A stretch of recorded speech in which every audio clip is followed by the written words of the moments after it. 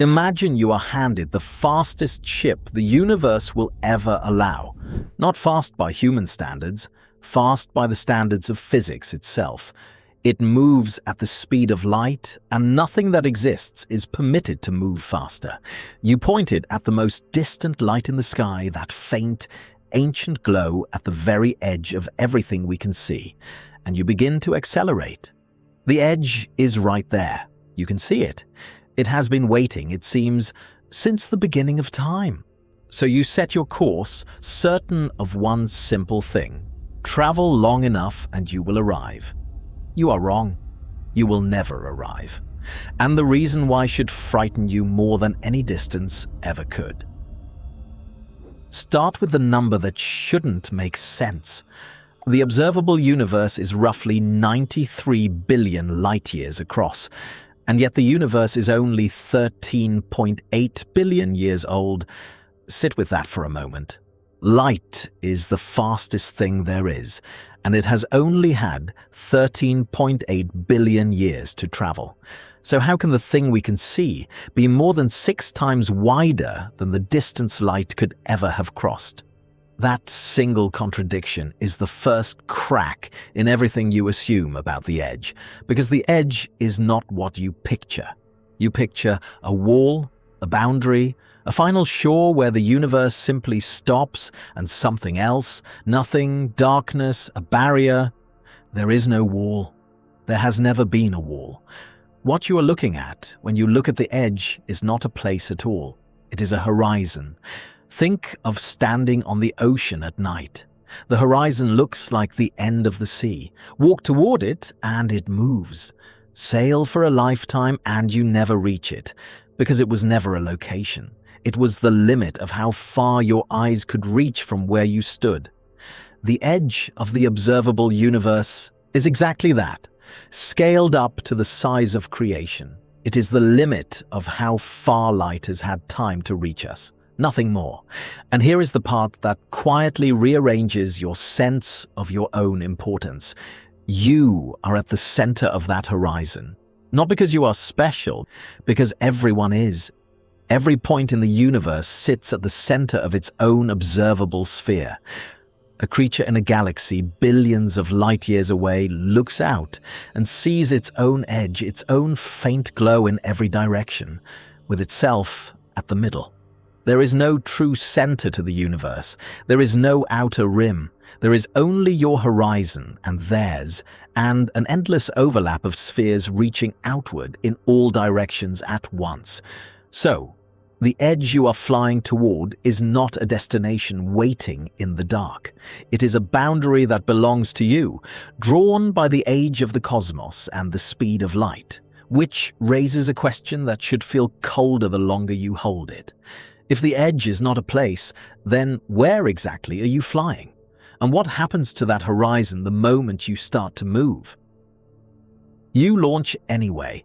Your ship reaches the only speed that matters, the speed of light, the hard ceiling of reality, and you aim for the farthest galaxy you can find, a smudge of red light near the edge of your sphere.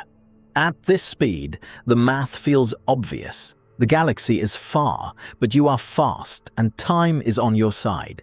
You settle in for the longest journey imaginable, and you wait to close the gap. The gap does not close. It grows. Here is the truth that breaks the intuition of every traveler who has ever lived. When you drive toward a distant city, the road between you and it stays the same length. You eat into it mile by mile, and it shrinks. But the road between you and that galaxy is not made of asphalt. It is made of space. And space does not sit still. Space itself is expanding, stretching everywhere all at once, and that changes everything about what a journey even means. Picture the space between you and your target as a rubber sheet. Now imagine that sheet is being pulled outward from every point simultaneously. You crawl forward across it at the speed of light, but the sheet beneath you keeps stretching. The distance you already covered gets longer behind you. The distance still ahead gets longer in front of you. You are running across a floor that lengthens with every step you take. This is not a strange local effect. It is the fundamental behavior of the entire universe, and we have measured it for nearly a century. The farther away something is, the faster the space between us, and it is expanding. A nearby galaxy drifts away slowly, a distant one recedes faster, and the most distant ones, the ones out near your horizon, are receding at speeds that should feel impossible, because there is simply so much stretching space stacked up between you and them. So your target had a head start before you ever left. And that head start was not a fixed lead you could eventually erase. It was a lead that grows on its own, fed by the expansion of every light year of emptiness between the two of you. The faster you fly, the more space you cross. And the more space you cross, the more of it there is, opening ahead of you like a door that widens as you reach for the handle. You check your instruments, certain there is a way to win this race. More speed? But you are already at light speed. There is no more to give. Patience, then, a longer journey. But time is exactly what feeds the expansion. Every year you spend chasing that galaxy is another year the road has to grow. And somewhere in that realization, the wonder you started with begins to curdle into something else, because you are starting to suspect that this was never a race you could win. It was a race designed so that you would lose. To understand why you lose, you have to understand something that sounds like it breaks the laws of physics and does not. Beyond a certain distance, galaxies are moving away from you faster than the speed of light. Stop and let the fear of that land before you, let the explanation take it away. Nothing can move through space faster than light. That law is absolute, and it is not being broken here. Those distant galaxies are not racing through space at impossible speeds. They are sitting almost still in their own little corners of the cosmos, drifting gently the way your own galaxy drifts. What is moving faster than light is the space between you and them. The emptiness itself is expanding so quickly, across so vast a gulf, that the total distance grows faster than any light beam could ever cross it. There is a name for the line where this happens. Astronomers call the boundary the Hubble sphere, the distance at which the expansion of space carries objects away from you at exactly the speed of light. Inside that line, you have a chance. Outside it, the space is unspooling faster than light can travel through it. And now, picture what that means for the light itself. A photon leaves a galaxy beyond that line, aimed straight at you, traveling at the only speed it knows. It moves toward you through its local space, but the space it has to cross is being created faster than it can swim across it. The photon runs toward you with everything it has, and the ground beneath it grows faster than it moves. It gets carried backward even as it races forward. That light will never reach you, not because it slowed down, not because it turned away, because the universe put more distance between you than light can ever undo. And your ship is in exactly the same trap as that photon. You are made of matter, bound by the same ceiling, crawling across the same growing floor. Cross into that region, aim for that receding galaxy, and you become a swimmer in a river flowing outward faster than you can stroke. You will pour every second of eternity into the effort and drift farther from the shore the whole time. This is what astronomers mean by a cosmic event horizon. Not the event horizon of a black hole, but a horizon woven into the fabric of the expanding universe itself. It is a line drawn around you in every direction, and it marks a brutal division. Everything inside it you might one day touch. Everything beyond it is gone, not hidden, not far, but permanently, mathematically unreachable, sealed off by the growth of space. And here is the detail that turns this from a boundary into a tragedy. That horizon is not far out near the faint edge of what you can see. It is much closer than that. It sits deep inside your observable universe, slicing through galaxies you can watch with a telescope tonight. Galaxies whose light is on your screen, whose past you can study in detail, and whose present you will never, ever reach. So now, the cruelest word in cosmology has to be said out loud. Observable and reachable are not the same thing, and the difference between them is almost everything. You can see a staggering number of galaxies, hundreds of billions of them scattered across that 93 billion light-year sphere. It is natural to assume that seeing them means they are, in principle, destinations. Far, yes.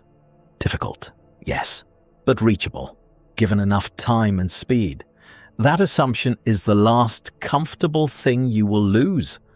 Of all the galaxies you can currently see, the overwhelming majority, by most estimates, well over 90%, are already beyond your cosmic event horizon, not becoming unreachable, already unreachable, right now, tonight. Launch this instant at the speed of light, aimed at almost any galaxy in your sky, and you will never arrive. The expanding space between you sealed the door before humanity existed. Their light still pours into your telescopes, bright and detailed and full of information.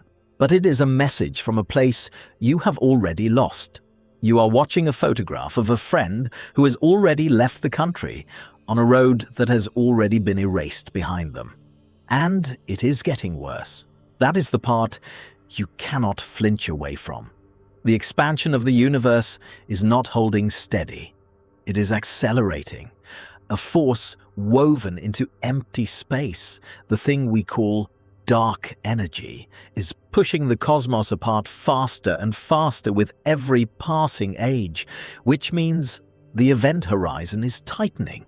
The line around you is drawing inward, and galaxies that are technically reachable today, the precious few still inside the line, are crossing over the boundary one by one, slipping from the column of could reach into the column of gone forever. This is happening continuously, somewhere, in some direction. In the time it took to read this sentence, a galaxy that a traveler could theoretically have reached has just crossed the horizon and become impossible. The universe of reachable places is not vast and stable. It is a room whose walls are quietly closing in, and everything in the cosmos is being pushed, slowly and silently, to the far side of the last door. Follow that forward, and the loneliness becomes almost unbearable. In the deep future, an observer will look out and see almost nothing. The distant galaxies stretched so far, their light so drained by expansion, that they fade from view entirely. Eventually, only the closest galaxies, the ones bound to us by gravity, will remain.